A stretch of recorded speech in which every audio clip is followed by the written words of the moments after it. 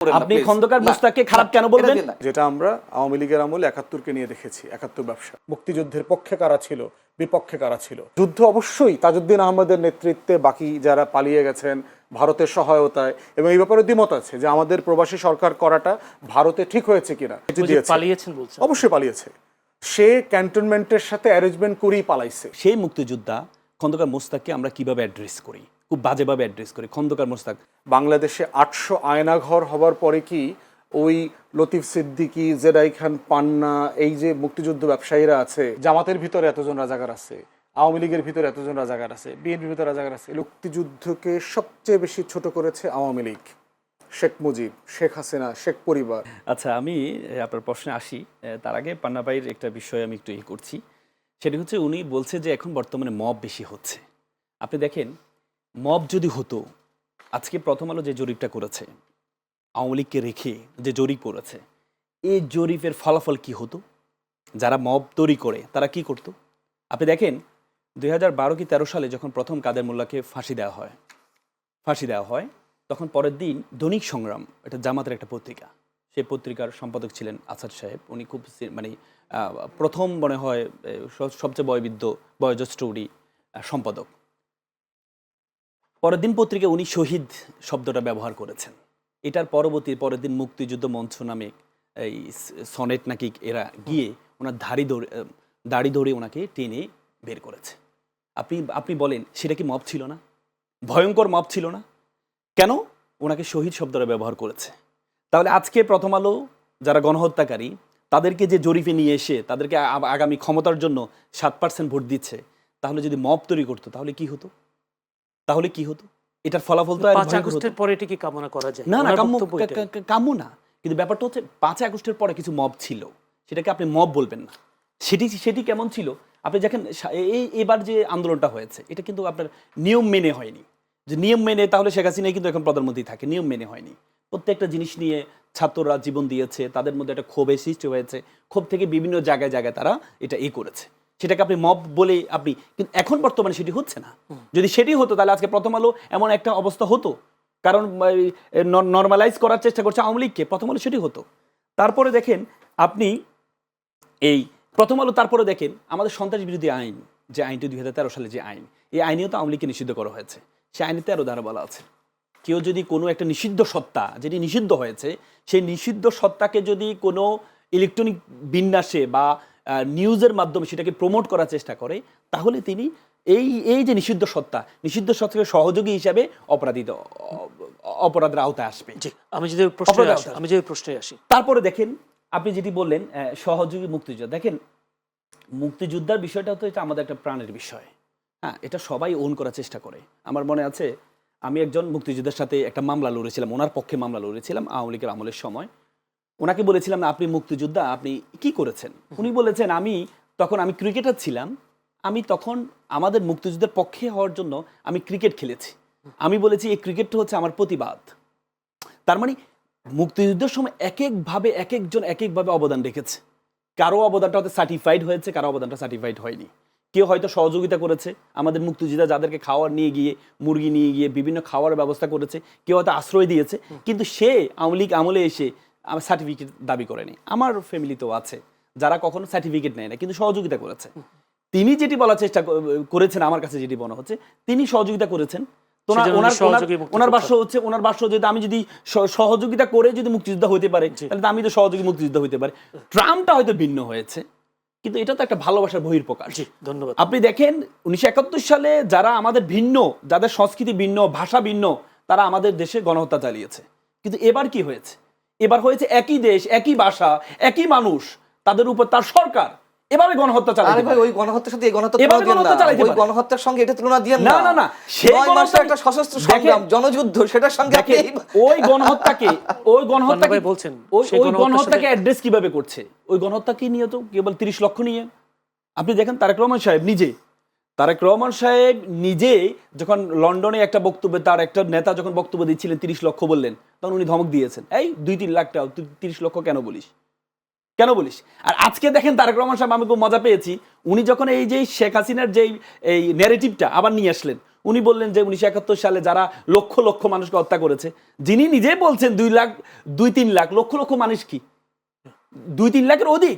জি, তার মানে একটা জামাতের মানে একটা দল যে লক্ষ লক্ষ মানুষকে হত্যা করে ফেলল। ধন্যবাদ। জামাত- যে ইলেকশন অংশগ্রহণ করতে পারবে না, আপনি যদি সাপোজ হচ্ছে স্বাধীনতার পরবর্তীতে আপনি যদি প্রশ্ন করেন যে 71 সাল পরবর্তীতে আপনি যদি প্রশ্ন করেন কে হবে বাংলাদেশের ভবিষ্যৎ, এই দেশের ভবিষ্যৎ প্রধানমন্ত্রী, সেখানে যদি আপনি আইয়ুব খানের নাম রাখেন, এটা কেমন দেখা যাবে?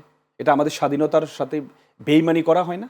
তাহলে এখন বর্তমানে যেটা আওয়ামী লীগের কার্যক্রম নিষিদ্ধ, তারা সবাই সম্মত হয়েছে তারা নির্বাচনে অংশগ্রহণ করতে পারবে না।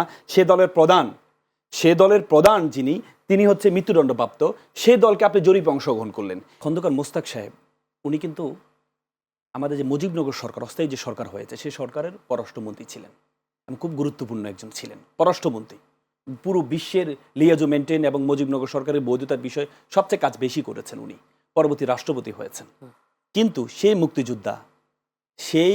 মুক্তিযোদ্ধা খন্দকার মোস্তাককে আমরা কিভাবে অ্যাড্রেস করি? খুব বাজেভাবে অ্যাড্রেস করি। খন্দকার মোস্তাক, শেখ হাসিনা তো বলেছেন যে কুমিল্লাকে আমি বিভাগ দিচ্ছি না কেন, এই খন্দকার মোস্তাকের কারণে। তার মানে একজন মুক্তিযুদ্ধে এত অবদান রাখার পরেও পরবর্তী তার কার্যক্রমের কারণে পরে তিনি নিন্দিত হয়েছেন। তার মানে আমাদের 71-এ যারা অবদান রেখেছেন তারা পরবর্তী তাদের কার্যক্রমের কারণে আজকে শেখ মুজিবুর রহমানকে এমন জায়গায় নিয়ে গিয়েছেন। আপনি দেখেন ভারতে যান, আপনি মহাত্মা গান্ধী, বিজেপি বলেন, কংগ্রেস বলেন, সবাই তাকে সম্মান করে। কিন্তু শেখ মুজিবুর রহমানকে কি করেছে? মানে এত বেশি করেছে, এটার কারণে আজকে তার অবস্থাটা আমরা দেখেছি, তার মূর্তি ভাঙা হয়েছে। মানুষ তাকে সম্মান না করার কারণে করতে হয়েছে কিনা? না, কেন? আপনি একটা মানুষ যখন সম্মান তো ভিতর থেকে আসে, জোর করে আপনি সম্মান দিতে পারবেন? আপনি যখন আমাকে জোর করে কারো উপর সম্মানটা চাপিয়ে দিবেন, জোর করে সংবিধান স্বাধীনতা পেয়েছে, এরপরও মানুষ যখন স্মরণ করে না, তাকে এটা কেন স্মরণ করে না? তার কারণ হচ্ছে আমি একটু আগে আপনাকে বলেছি, খন্দকার মোস্তাককে কেন মানুষ স্মরণ করে না? তার পরবর্তী কার্যক্রমের কারণে, পরবর্তী ক্ষমতায়নের কারণে, পরবর্তীতে তার ক্ষমতা লাগবেই, সেটির জন্য জনগণ উপেক্ষা করে। শেখ মুজিবুর রহমান যখন বাকশাল কায়েম করলো, যেটির উপরে আমাদের 70-এর জি অনেক ভুল আছে, তার শাসন ব্যবস্থায় অনেক ত্রুটি ছিল, দুর্নীতি ছিল, স্বজনপ্রীতি ছিল, আপনি আলাদাভাবে বিচার করুন, কিন্তু দয়া করে খন্দকার মোস্তাকের সাথে এক্সাম্পল দিয়ে এটা করেন না। আপনি খন্দকার মোস্তাককে খারাপ কেন বলবেন? এটা দিয়েন না। আপনি খন্দকার মোস্তাককে খারাপ কেন বলছেন? একজন মুক্তিযোদ্ধা হওয়ার পরেও যিনি পররাষ্ট্রমন্ত্রী ছিলেন, গুরুত্বপূর্ণ মন্ত্রী ছিলেন, এরপরও তার অবদানকে অস্বীকার করবেন মুক্তিযুদ্ধের সময়? কিন্তু তার পরবর্তী কার্যক্রমের কারণে আপনি তাকে ঘৃণা করছেন এখন। এজন্য আজকে পান্নাভাই ইন্টারফেয়ার করছেন যে শেখ মুজিবুর রহমানের সাথে মিলানো দরকার নেই। যিনি রাজপথে ছিলেন, মুজিবনগর সরকারের পররাষ্ট্রমন্ত্রী ছিলেন, কিন্তু পরবর্তী তার কার্যক্রমের কারণে তাকে মানুষ ঘৃণা করছে।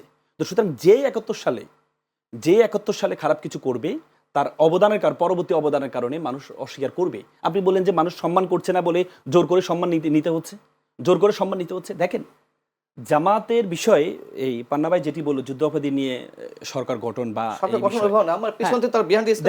যুদ্ধ অপরাধী শব্দটা আপনি কিভাবে বলবেন? আপনি যখন কাউকে অ্যাড্রেস করছেন, আওয়ামী লীগ কিন্তু যুদ্ধাপরাধী তালিকা তৈরি করেছেন, 10,000 তালিকা করেছেন। তালিকার মধ্যে 8,000 সামথিং হচ্ছে আওয়ামী লীগের নিজস্ব, এবং 2,000 সামথিং হচ্ছে বিএনপির ছিল, মাত্র 37 জন ছিল জামাতের। এটা তারাই করেছে, আওয়ামী লীগে করেছে। লাস্ট পিরিয়ডে করেছে 10,000 তালিকা। আপনি একটু দেখবেন, 10,000 তালিকা করেছে, পরবর্তী সেটা বন্ধ করে দিয়েছে। পরবর্তী সেটা বন্ধ করে দিয়েছে, আপনি একটু দেখবেন সেখানে তালিকার মধ্যে। দেখেন জামাতকে নিয়ে আজকে এত কথা কেন? এই যে তালিকার কথা অনেকে বলছেন, এই বিষয়টা ভুয়া। না, এই বিষয়টা ভুয়া না, আপনি দেখবেন। এবং সেখানে যে তালিকার নামগুলো আছে, আপনাকে সরাসরি ধরে দেখবেন, সবগুলো নামগুলো খুব সুন্দরভাবে দেওয়া আছে। দেখেন, আপনার যে তালিকা করেছে জামাত, আজকে ফ্যাক্ট হয়ে দাঁড়িয়েছে।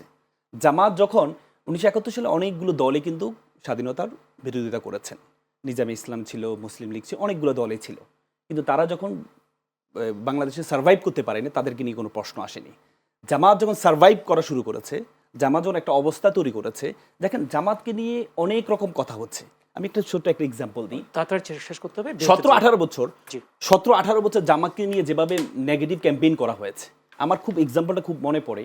আপনার রাসূল করিম সাল্লাল্লাহু আলাইহি ওয়াসাল্লাম যখন জীবনের শুরুতে, নেগেটিভ ক্যাম্পেইন কোনটা? মুক্তিযুদ্ধের বিরোধী ছিল এটা? নেগেটিভ ক্যাম্পেইন মানে 17-18 বছর যেভাবে জামাতকে অ্যাড্রেস করা হয়েছে। আপনি দেখেন জামাতের যে নেতৃবৃন্দকে ফাঁসি দিয়েছে, মাওলানা দেলাওয়ার হোসেন সাঈদী, ওনার বিরুদ্ধে যে মূল মামলা ওনাকে ফাঁসি দিয়েছে, যে বিশাব আলী হত্যা মামলা, সেই বিশাব আলী হত্যা মামলা তার ভাই যে শুকরঞ্জন বালী, বিশাব আলী 1971 পরবর্তীতে সে একটা মামলা করেছে, সে মামলায় তিনি আসামি করেছেন, ফিক্সড আসামি করেছেন, সে আসামির মধ্যে দেলাওয়ার হোসেন সাঈদী ছিলেন না, অথচ সে হত্যা মামলায় তাকে ফাঁসি দেওয়া হয়েছে। তার মানে অ্যাপ্লাইড ডিভিশনের রিসেন্টলি এটিএম আজহার সাহেবের যেই রায়টা হয়েছে, ও রায়টা দিয়ে পূর্ববর্তী যে হত্যাগুলো হয়েছে এটাকে অ্যাপ্লাইড ডিভিশনেই কিন্তু অ্যাড্রেস করেছেন, এটা ভুল ছিল। যেটা আমরা আওয়ামী লীগের আমলে 71-কে নিয়ে দেখেছি, 71 ব্যবসা। তো সেই জায়গাতে আমার কাছে মনে হয়েছে এগুলো খুবই মানে বিচ্ছিন্ন ঘটনা, বাট স্টিল এই ব্যাপারগুলোতে আমাদের কালেকটিভলি সবাইকে বলতে হবে যে কোনো চেতনা ব্যবসার রাজনীতি বাংলাদেশে চলবে না। যে কাজটা ন্যায় সেটার জন্য আপনি কথা বলবেন, যেটা অন্যায় সেটার বিরুদ্ধে কথা বলবেন। আনিস ভাইয়ের কথা শুনতে শুনতে মনে হচ্ছিল যে আমি মনে হয় এখনও আওয়ামী লীগ আমলে বাস করছি, এখনও সম্ভবত হাসিনা দেশ চালাচ্ছে, আমরা কথা বলতে ভয় পাচ্ছি। আনিস ভাইকে আমরা নিজেরাও তো প্রচুর টকশো করি একসাথে। আনিস ভাইকে যে ভাষায় যত শক্তভাবে সরকারের সমালোচনা করতে দেখেছি, আমি জানি না যে ওনাকে ডিজিএফআই এসে এখনও কেন তুলে নিল না, এনএসআই অথবা এসবি কেন তুলে নিল না, ওনার বিরুদ্ধে 5টা মামলা কেন এখনও হইল না, ওনার বাসায় রাত 2টার সময় পুলিশ টকটক করে কিনা, ওনার পেশা ক্ষতিগ্রস্ত করবার চেষ্টা করছে কিনা, অথবা কোনোভাবে থ্রেটেন করবার চেষ্টা করছে কিনা সরকারের পক্ষ থেকে, এবং এরকম আরও কারা কারা আছে। কারণ এটা আমরাও বুঝতে চাই যে আসলেই মানে উনি যেটা বলছেন এর সাথে আমি একমত না, কিন্তু প্রশ্ন হচ্ছে ওনার বলার অধিকার থেকে যাদেরকে তুলে নেওয়া হয়েছে তিনি অভিযোগ করেছেন। না, এটা তো প্রশ্ন হচ্ছে যে ওই যিনি টিচার, যে ঢাকা ইউনিভার্সিটির আইনের টিচার, তিনি সাডেনলি এই জুলাই আগস্ট মাসে এসে বুঝলেন যে বাংলাদেশে সংবিধান লঙ্ঘিত হচ্ছে, সংবিধানের অনেক ক্ষয়ক্ষতি হচ্ছে, সংবিধান থাকবে না। উনি 16 বছরে এতগুলো জাতীয় নির্বাচন, স্থানীয় নির্বাচন ম্যানিপুলেশনের সময় ওনার মাথায় কি এটা আসে নাই যে বাংলাদেশে সংবিধান ক্ষুণ্ণ হচ্ছে? বাংলাদেশে 800 আয়নাঘর হবার পরে কি ওই লতিফ সিদ্দিকী, জেরাই খান পান্না, এই যে মুক্তিযুদ্ধ ব্যবসায়ীরা আছে, প্রফেসর কার্জন, তাদের মাথায় কি কখনো আসে নাই যে আমাদের মানবাধিকার লঙ্ঘিত হচ্ছে? গুম, খুন, হত্যা, গণহত্যার পর গণহত্যা হয়েছে গত 16 বছর, massacre after massacre, genocide after genocide হয়েছে। ওনাদের তখন কি মনে হয় নাই যে বাংলাদেশে সংবিধান লঙ্ঘিত হচ্ছে? ওনাদের মনে হয় নাই যে ক্ষমতার উৎস জনগণ বলবার পরেও বাংলাদেশে সেই জনগণকে আওয়ামী চেতনা দ্বারা আবৃত্ত করে রাখা হয়েছে? ওনাদের মনে হয় নাই যে শত শত বিলিয়ন ডলার প্রতি বছর লুটপাট হচ্ছে কিন্তু সংবিধান লঙ্ঘিত হচ্ছে? ওদের কাছে মনে হয় নাই? সাডেনলি কেন গত জুলাই আগস্টে এসে ওনাদের মনে হইতেছে যে আমাদের তো এই সংবিধান নাই, সংবিধান লঙ্ঘিত হচ্ছে, অত কিছু একটা করা দরকার? প্রশ্ন হচ্ছে এইটা হইল প্রপার চেতনা ব্যবসা, এবং চেতনা ব্যবসা করে নগদে তারা ধরা খাইছে। ব্যবসাটা করতে গিয়ে ভুল টাইমে ব্যবসাটা করছে, এমন একটা সময় এই ব্যবসায় পুঁজি ইনভেস্ট করছে যেই সময় এই ব্যবসাতে ভাটা চলতেছে, জোয়ারের জমানাতে ছিল না। এবং এরা সবাই কোনো না কোনো ফর্মে কিন্তু গত রেজিমের বেনিফিশিয়ারি, ডাইরেক্টলি ইনডাইরেক্টলি কোনো না কোনো ফর্মে। বলেন এই লতিফ সিদ্দিকী, উনি তো এই সরকারের এমপি মন্ত্রীও ছিলেন, চাকরি চলে গেছে, যদিও বলা হয় এক কারণে চাকরি গেছে, আসলে চাকরি গেছে অন্য কারণে, জয়ের সমালোচনা করছে, জয়ের লুটপাট নিয়ে কথা বলছে। তাহলে এই বেনিফিশিয়ারিরা সাডেনলি যে ব্যবসায়ী করছে, আপনি রংপুরের যে ঘটনাটা বললেন সেটার সাথে যদি এই ঘটনাটা মিলান, আগের ঘটনাটা হইল প্রপার চেতনা ব্যবসা 71-এর, আর এই ঘটনাটা হলো একটা বিচ্ছিন্ন ঘটনা। কিন্তু আইন শৃঙ্খলা বাহিনী তাদের বিষয়টাকে আইনগতভাবেই মানে অ্যাড্রেস করতে হবে। আইন যেন কোনোভাবে লঙ্ঘিত না হয়, কারণ অধিকার যদি কোনোভাবে লঙ্ঘিত হয়ে থাকে সেই বিচার, সেই ব্যবসাগুলো যেন, ব্যবসার পাশাপাশি বিচারটা যেন রাষ্ট্র এনশিওর করে, ওইটা আমরা চাইবো। আমরা একটা প্রশ্ন করি ব্যারিস্টার ফুয়াদ, সেটা হচ্ছে জুলাই আন্দোলনে যারা ছিলেন এবং তারা যে স্বপ্ন দেখেছেন, যারা দেশের মানুষকে যে স্বপ্ন দেখানো হয়েছিল, এখন যে পরিবেশ পরিস্থিতি, আইন শৃঙ্খলা বলেন, এই যে মব তৈরি করে মাজার ভাঙা থেকে শুরু করে সব কিছু, এখন আনিস আলমগীরও ঠিক একই কথা বলছেন যে যারা আন্দোলন করেন তারা এখন ফ্রাস্ট্রেশনে ভুগছেন, তারা বলছেন এই আন্দোলন করা ঠিক হয়নি। আপনি কি বলবেন? না, এটা মনে করলে তো সারা দেশের মানুষ আবার নেমে আসতো। গত বছর যারা আন্দোলন করেছে, বর্ষপূর্তি পালন করলো, সাডেনলি যদি দেশের মানুষের মনে হয়ে থাকে যে না, আন্দোলন করে তো আমাদের কিছু আশা পূরণ হয় নাই, তারা লাখে লাখে কোটিতে কোটিতে রাস্তায় নেমে আসুক, প্রতিবাদ জানাক। গতকালকে আপনি একটা জরিপ দেখেছেন, ইনোভেশন একটা জরিপ করেছে, সেইখানে একটা মানে ম্যাসিভ মেজরিটি বলেছে যে এই সরকারের উপর তাদের আস্থা আছে, তারা নির্বাচন চায়, ফেব্রুয়ারিতে নির্বাচন দেখতে চায়, ভোট দেখতে চায়। ওভারঅল এই সরকারের উপরে যে কনফিডেন্স লেভেল, সেইটা নষ্ট হওয়ার মতো কোনো ঘটনা ঘটে নাই এখন পর্যন্ত। প্রত্যাশা এমন একটা জায়গা, এটা একটা কন্টিনিউয়াস প্রসেস। আনিস ভাইদেরকে মাথায় রাখতে হবে, আওয়ামী লীগ গত 16 বছরে যা যা ধ্বংস করে দিয়ে গেছে, সাডেনলি 1 বছর 13 মাসে এসে তার প্রত্যেকটা ভবনকে উচ্চ স্কাইস্ক্রাইপার বানানো সম্ভব না, এটা প্র্যাকটিক্যাল না। কিন্তু প্রশ্ন হচ্ছে রুট ঠিক আছে কিনা, যাবার পথ ঠিক আছে কিনা, সেখানে এই যাবার জায়গাগুলোতে কোনো ভুলভ্রান্তি হচ্ছে কিনা, বাড়াবাড়ি হচ্ছে কিনা, সেটা নিয়ে কন্টিনিউয়াসলি আমাদের ক্রিটিক করতে হবে, কন্টিনিউয়াসলি সমালোচনা করতে হবে। কিন্তু আপনি যদি বলেন যে আমার আমার আমার আমার হাজার হাজার লক্ষ লক্ষ এমপ্লয়মেন্ট কেন হচ্ছে না, আপনি একটা ইকোনমিকে ধ্বংস করে মাটিতে মিশাই দিয়ে গেছেন, আর মিশানোর পরে আপনি দাবি করছেন যে কই আমার এখানে জব হচ্ছে না কেন।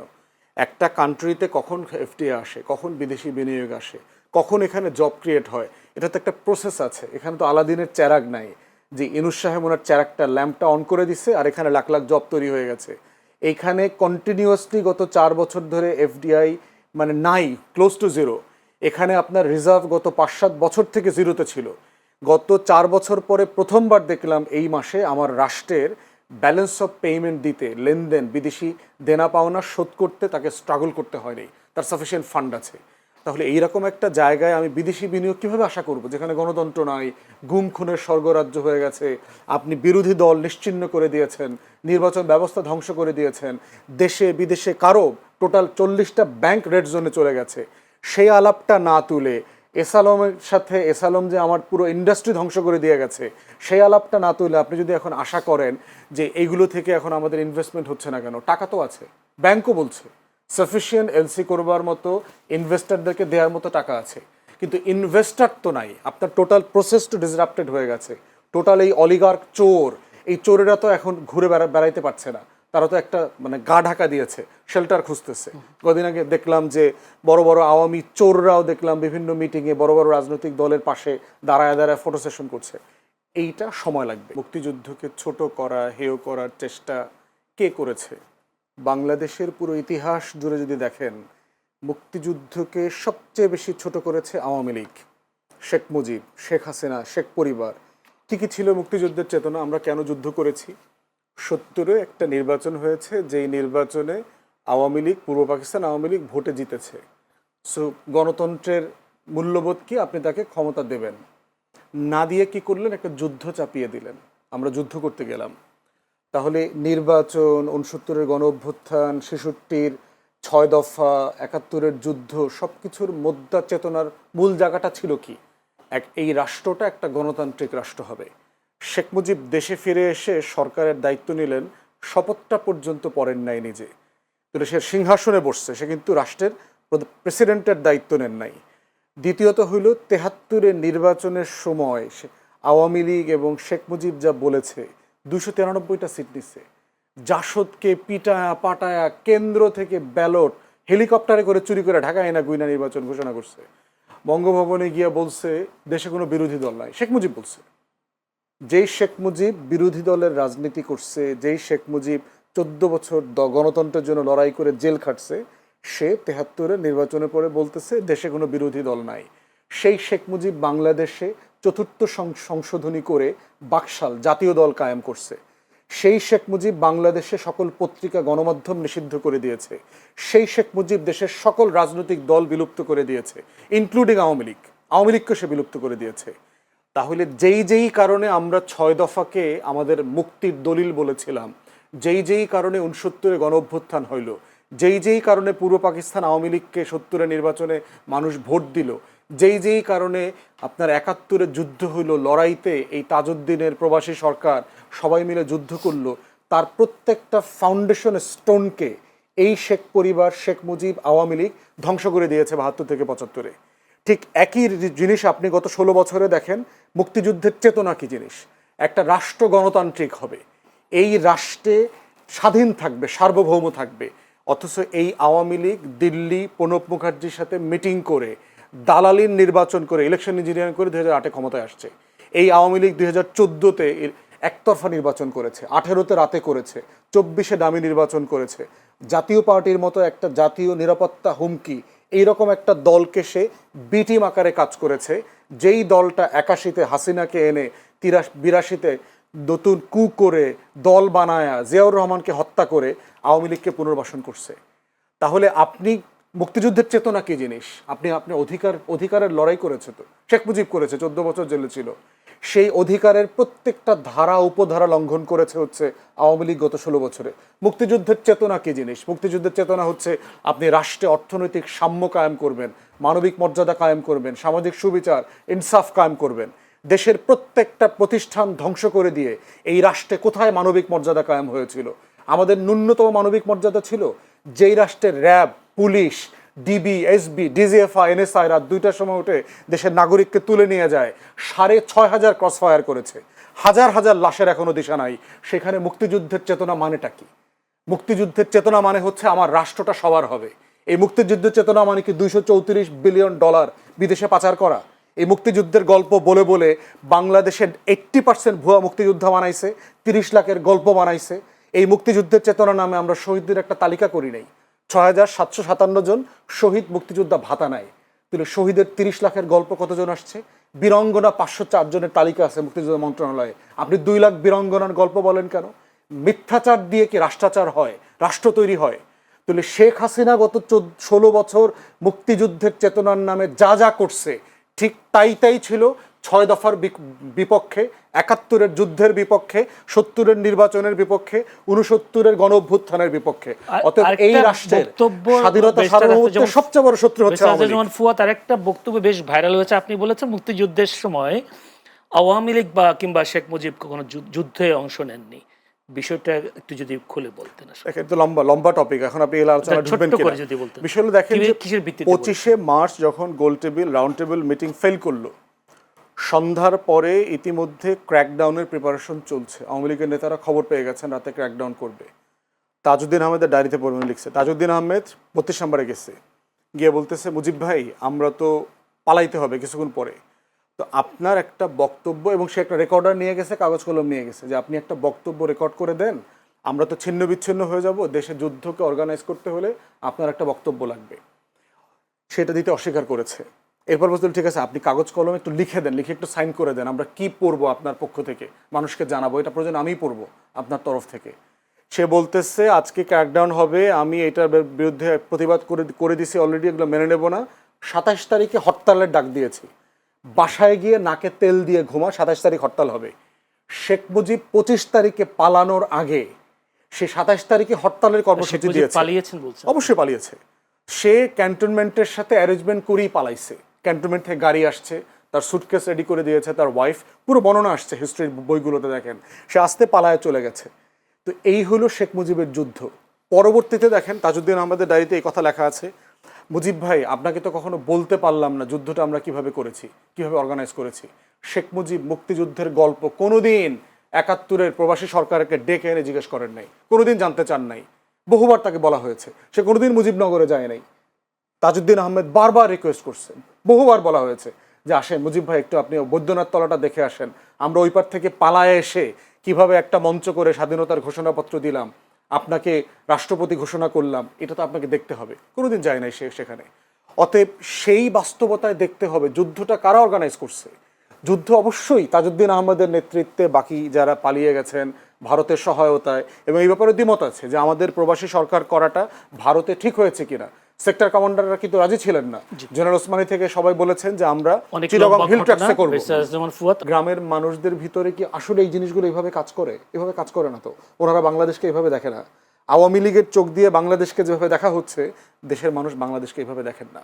অতএব সেই জায়গাতে দিল্লির আধিপত্যবাদের বিরুদ্ধে লড়াইয়ের কথা বললেই 71-কে ছোট করা হয়। শেখ মুজিবের গ্লোরিয়াস পিরিয়ডের কথাও তো বললাম, 14 বছর গণতন্ত্রের জন্য লড়াই করেছেন, কিন্তু উনি শেষের জীবনের যে 3.5 বছর যা করেছেন, হিস্টোরিক্যাল রেকর্ড, যে উনি তো এগুলো করেছেন। এখন প্রশ্ন হচ্ছে তাহলে কি ওনার আগের মহত্ব শেষ হয়ে গেছে? না, আগের মহত্ব আগের জায়গাতে আছে, কিন্তু শেষে যা ক্ষতি করেছেন রাষ্ট্রের, সেটাও আমাকে বলতে হবে। রাষ্ট্রের দায়টা এরকম, কারণ কোন রাজনৈতিক নেতাকে আমরা নবী মনে করি না। আপনি তার প্রশংসা করছেন, কিন্তু তার স্বাধীনতায় সে অবদান সেটাই স্বীকার করেন না, তার কি বাকিগুলো কি দরকার নাই? অবদান হচ্ছে যে এটা তো ফ্যাক্টস। আমি তো বইয়ের রেফারেন্স দিলাম, মুক্তিযুদ্ধের প্রধান সংগঠক তাজউদ্দিন আহমেদের লেখা থেকে বললাম। এখন তার লেখা যদি আপনার যাত্রার ডায়েরি মনে হয়, আপনি ছোটবেলায় আপনার চাচার কাছ থেকে কি শুনেছেন, এটা বেশি গুরুত্বপূর্ণ মনে হয়, that's for the listeners and the viewers to ধন্যবাদ। আমরা বোধ করছি যে এই লড়াইটাকে এটার সাথে ওটা জাজ করা উচিত না। প্রত্যেকটাই আমার ইতিহাসের গুরুত্বপূর্ণ লড়াই।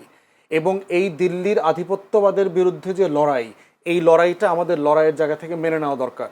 কেউ বলে নাই, জুলাই অভ্যুত্থানের কোনো ব্যক্তি বলে নাই যে তারা ৭১কে ছোট করে দেখতে চায়, তারা ৪৭ অস্বীকার করে, তারা শেখ মুজিবকে অস্বীকার করছে, ভাসানীকে অস্বীকার করছে, কেউ বলছে না। আবার তারা এটাও বলছে না যে অমুকের থেকে বড় নেতা। সব নেতার অবদান যেমন আছে, তার রাজনৈতিক ইতিহাসের ভুলও আছে, দুটোই একসাথে বলতে হবে আমাদের। যেই স্বাধীন রাষ্ট্র তার আর্ম ফোর্সেস অফিসারদেরকে এবং সবচেয়ে চৌকস কর্মকর্তাদেরকে সেফগার্ড করতে পারে না, একটা ভুয়া, মিথ্যা এবং আরোপিত ডাল ভাত কর্মসূচির নামে বিডিআর এবং আমার সশস্ত্র বাহিনীর কর্মকর্তাদের মধ্যকার এই যে চক্রান্ত শুরু করে দিয়েছে, যেটার মধ্য দিয়ে আমার দেশের স্বাধীনতা সার্বভৌমত্ব লঙ্ঘিত হয়েছে, এইটার একটা জাতীয় তদন্ত করতে ১৭ বছর লেগেছে। তাহলে আমরা আসলে কিসের বিজয় পালন করেছি গত ১৭ বছর? গত ১৬টা বছর আওয়ামী ফ্যাসিবাদের আমলে থেকে প্রতি বছর যে বিজয় দিবসে মানুষ ফুল দিয়েছে, কোথায় ফুল দিয়েছে? যেই রাষ্ট্র, যেই দেশের মানুষ তার সভরেন ফোর্সের ডিগনিটি রক্ষা করতে পারে নাই, তাদের বিচারের দাবিতে কোটি কোটি মানুষ রাস্তায় নামতে পারে নাই, কথা বলতে পারে নাই, সেই বিজয়টা আসলে কোন বিজয়? এখন প্রশ্ন হচ্ছে, পক্ষে বিপক্ষের এই লড়াইটা হচ্ছে আজকের পর্যন্ত এই লড়াইতে সামিল রাখার প্রশ্ন আসছে। শুধুমাত্র আপনি ৫০ বছর আগে ভালো ফুটবল খেলতেন বলেই আপনি ভালো প্লেয়ার, ব্যাপারটা তা না। আজকের সময়টাতে আপনাকে দেখতে হবে আজকে আপনি ভালো ফুটবল খেলেন কিনা। তাহলে স্বাধীনতা অথবা আমাদের স্বাধীনতা সার্বভৌমত্বের পক্ষের বিপক্ষের আলোচনা যদি করতে হয়, সেটা আজকের দিন তারিখ সহ করতে হবে। এবং আমরা দেখেছি যে এই সোলজাররা, এই চৌকস অফিসাররা এবং জওয়ানরা কিভাবে জুলুমের শিকার হয়েছেন নিজের দেশের মানুষের হাতে। যে আওয়ামী লীগের নেতারা, এই যে তাপস গং যেটা আছে, নানক, সাহারা খাতুন থেকে শুরু করে পুরো গ্যাং মিলে ১৫-২০ জন আওয়ামী লীগের লোকজন ভিতরে পাঠিয়েছে, ২০০ লোক মিছিল নিয়ে বেরিয়ে আসছে। অ্যাম্বুলেন্সের দরজা খুলে দেখা গেছে যে আসলে কোনো রুগী নাই, এখানে হিন্দি ভাষায় লোকজন কথা বলছে। এই জায়গাটাতে আলোচনা করতে হবে যে আসলে মুক্তিযুদ্ধের পক্ষে কারা ছিল, বিপক্ষে কারা ছিল। অতএব ১৬ বছরের এই ফ্যাসিবাদ, যাদের নেতৃত্বে বাংলাদেশের স্বাধীন ফোর্স, আমাদের সীমান্তরক্ষী বাহিনী, আমাদের সশস্ত্র বাহিনীগুলোকে তার ডিগনিটি কম্প্রোমাইজ করতে হয়েছে, তারা হচ্ছে আমাদেরকে শিখিয়েছে যে আসলে কে মুক্তিযুদ্ধের পক্ষের শক্তি, কে স্বাধীনতার পক্ষের শক্তি, আর কে বিপক্ষের শক্তি।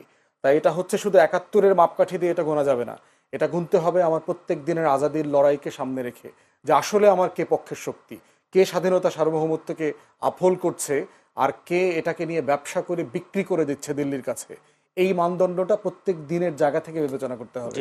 আমি যে আপনি বলেছেন যে আসলে পক্ষ বিপক্ষে এরকম কোনো বক্তব্য দেখছেন না, কিন্তু আমরা বিএনপির অনেক নেতার কাছ থেকে বা মুখের ভাষা তারা বলছেন যে জামায়াত যুদ্ধবিরোধী ছিলেন বা বিপক্ষে ছিলেন, এই ধরনের কথাবার্তা তো আমরা শুনছি না। এমন আপনি শুনছেন কিনা আমি জানি না। মানে বিষয়টা এত ডমিনেন্ট কোনো ব্যাপার না, আমার কাছে মনে হয়েছে এগুলো খুবই স্লিপিং কমেন্ট, একজন আরেকজনকে রাজনৈতিক ভাষায় রেটরিক আকারে মানে ঘায়েল করবার জায়গা। আওয়ামী লীগের আমলে আপনার মনে থাকার কথা, রাজাকারদের একটা তালিকা তারা প্রকাশ করেছিল ১০,০০০ প্লাস, সেখানে দেখা গেছে ৭,০০০ প্লাস হচ্ছে আওয়ামী লীগের লোকজন, ২,০০০ প্লাস সম্ভবত বিএনপির সাথে জড়িত, সবচেয়ে কম সংখ্যা হচ্ছে জামাতের।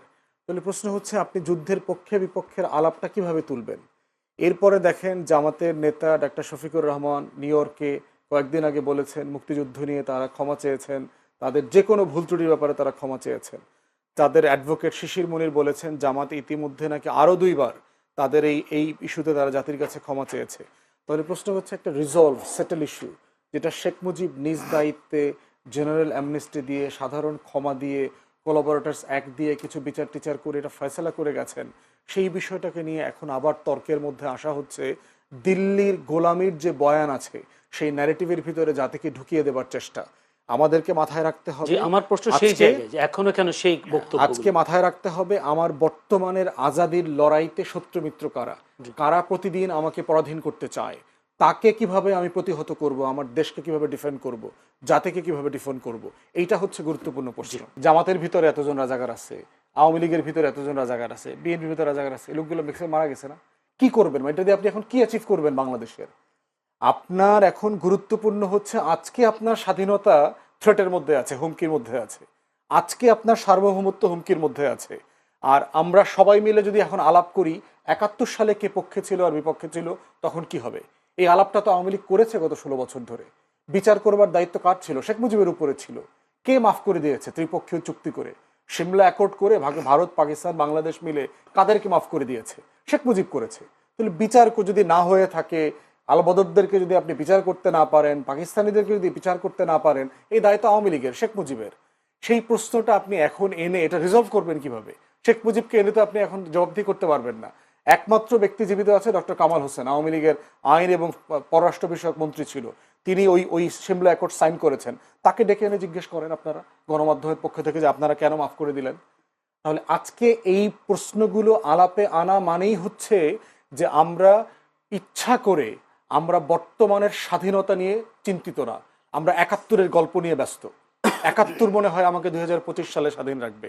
পৃথিবীর ইতিহাস এভাবে চলে না। পৃথিবীর ইতিহাস একটা ফরওয়ার্ড লুকিং জায়গা। আপনাকে মাথায় রাখতে হবে আজকের স্বাধীনতা আপনার হুমকির মধ্যে আছে কিনা, আজকে আপনি স্বাধীন কিনা, পরাধীন কিনা, সেটার বন্দোবস্ত আপনার কাছে আছে কিনা, সেই তর্কগুলো, আলাপগুলো তোলা দরকার। আপনার মনে থাকার কথা, আওয়ামী লীগ যখন সেই তালিকা প্রকাশ করেছে, আওয়ামী লীগের নেতাদের নাম থাকার কারণে কিন্তু সেই তালিকাটা সরকার উইথড্র করে নেয় এবং তার ১ সপ্তাহের ভিতরে দ্বিতীয় তালিকা প্রকাশ করবার কথা ছিল। আওয়ামী লীগ পরবর্তীতে রাজাকারদের তালিকা আর প্রকাশ করে নাই। এখন প্রশ্ন হচ্ছে কেন করলো না, কেন আইডেন্টিফাই করলো না, তাদেরকে ধরলো না কেন? আরো 10 বছর আগে তো আরো বেশি লোক বেঁচে ছিল। কিন্তু প্রশ্ন হচ্ছে এটা রিজলভ করবেন কিভাবে? এটা রিজলভ করবার একটা জায়গা আছে, আপনি একটা ফ্যাক্ট ফাইন্ডিং কমিশন করে দেন, রাষ্ট্র যাক প্রত্যেকটা উপজেলা ইউনিয়নে ঘুরে দেখুক কয়জন বেঁচে আছে, কয়জন মারা গেছে, বুদ্ধিজীবী নামক হত্যাকাণ্ড আসলে ঘটেছে কিনা, না এটা রয়ের একটা অপারেশন ছিল, কে করেছে, আমাদের আসলে ১ কোটি লোক সীমান্তের ওই পারে চলে গেছিল কিনা। ভারতীয়রা তা বলে না। ইন্ডিয়ান রাইটাররা লিখেছেন ৯০,০০০ থেকে ১ লাখের মতো লোক রেফিউজি ওই পাশে গেছে।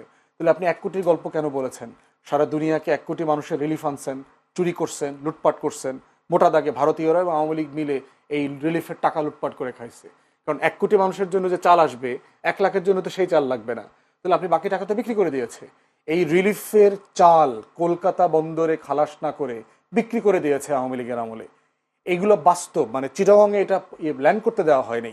৭২ থেকে ৭৫ যখন দেশে দুর্ভিক্ষ চলছে, এটা কলকাতার বন্দরে খালাস করে বিক্রি করে দিয়েছে আওয়ামী লীগের নেতারা। তাহলে এখন প্রশ্ন হচ্ছে এটা রিজলভ, এটা রেলেভেন্স কতটুকু? আর এই প্রশ্নটা আপনি রিজলভ করতে পারবেন না এখন আমার দরকার হচ্ছে আজকের স্বাধীনতা নিয়ে প্রশ্ন করা, আজকে সার্বভৌমত্ব নিয়ে প্রশ্ন করা। আজকে একটি প্রশ্ন আপনি করে রাখি, যে উত্তর দিতে পারবেন, আমরা 1 মিনিট সময় দিব। আজ গতকালকে সন্দীপের একটি অনুষ্ঠানে বলা হলো পাকিস্তান জিন্দাবাদ। এই বিজয়ের মাসের আগের দিনে পাকিস্তান জিন্দাবাদ স্লোগান নিয়ে বেশ সমালোচনা ঝড় হচ্ছে বিভিন্ন জায়গায়। আপনি কি মনে করেন এটি কিসের ইঙ্গিত? কেউ কেউ মনে করেন এটা কিসের ইঙ্গিত? পাকিস্তান জিন্দাবাদ কিছু জিন্দাবাদ না। বাংলাদেশে পাগলের অভাব আছে? ১০০ টাকা দিয়ে তো এই কাজটা করানো যায়। বাংলাদেশে একটা বাউলকে নিয়ে আপনি দাড়ি চুল কেটে দিলেন, মাঝখানে একটা ঘটনা ঘটলো না, মোমিন শাহিনা কিশোরগঞ্জে কোথায় একটা বাউলের দাড়ি চুল কেটে দিচ্ছে। অ্যাজ ই বাংলাদেশের সব বাউলের দাড়ি চুল কাটার জন্য এদেশের সব লোক ব্যস্ত হয়ে গেছে, এদেশে আর কোনো কাজ নাই, শুধুমাত্র বাউলদের দাড়ি চুল কাটো। কিন্তু প্রশ্ন হচ্ছে বাউলরা যখন ইসলাম ধর্মকে কটাক্ষ করলো, স্টেজে বসে কোরআনকে কটাক্ষ করলো, তখন কিন্তু সুশীলদের আর কোনো আলাপ নাই। সন্দ্বীপে কে কোথায় পাকিস্তান জিন্দাবাদ, আপনারা ইনভেস্টিগেট করেন, লোকটা কে, ব্যাকগ্রাউন্ড কি, পরিকল্পিতভাবে করলো কিনা বিতর্কটা ইনস্টিগেট করবার জন্য। বাংলাদেশে কোন পন্থী লোক, ইসলামপন্থী লোকরাও তো পাকিস্তান জিন্দাবাদ নামে কোনো স্লোগান দেয় না। তাহলে এইটা কারা করছে এবং কেন এই তর্কটা গুরুত্বপূর্ণ আকারে হাজির হচ্ছে, তাও বিজয়ের মাসে? মনে হচ্ছে যে ১ ডিসেম্বরের আগেই তর্কটা তুলতে হবে, অথবা এটা একটা অর্কেস্ট্রেটেড ইভেন্ট বলে আমার কাছে মনে হয়েছে। এবং আপনি দেখবেন এই যে একজন পাগল লোককে আপনার পুরা মেরে ফেলছে এই মানিকগঞ্জ না মুন্সিগঞ্জের দিকে, মূল ঘটনা বাদ দিয়ে মূল ঘটনাটা যেটা প্রকাশ করা হয়েছে আসল বাস্তবতা তো সেটা না। তো এই প্রত্যেকটা ঘটনার পিছনে মনে হচ্ছে পরিকল্পিতভাবে তর্ক উস্কে দেওয়া হচ্ছে এবং তর্কগুলো গণমাধ্যম এমনভাবে কাভার করছে মনে হচ্ছে এটাই মূলধারার তর্ক। বাংলাদেশের সব মানুষ পাকিস্তান জিন্দাবাদ স্লোগান দেওয়া শুরু করেছে, আসলে বাস্তবতা তো সেটা না, কিছুই হয়নি।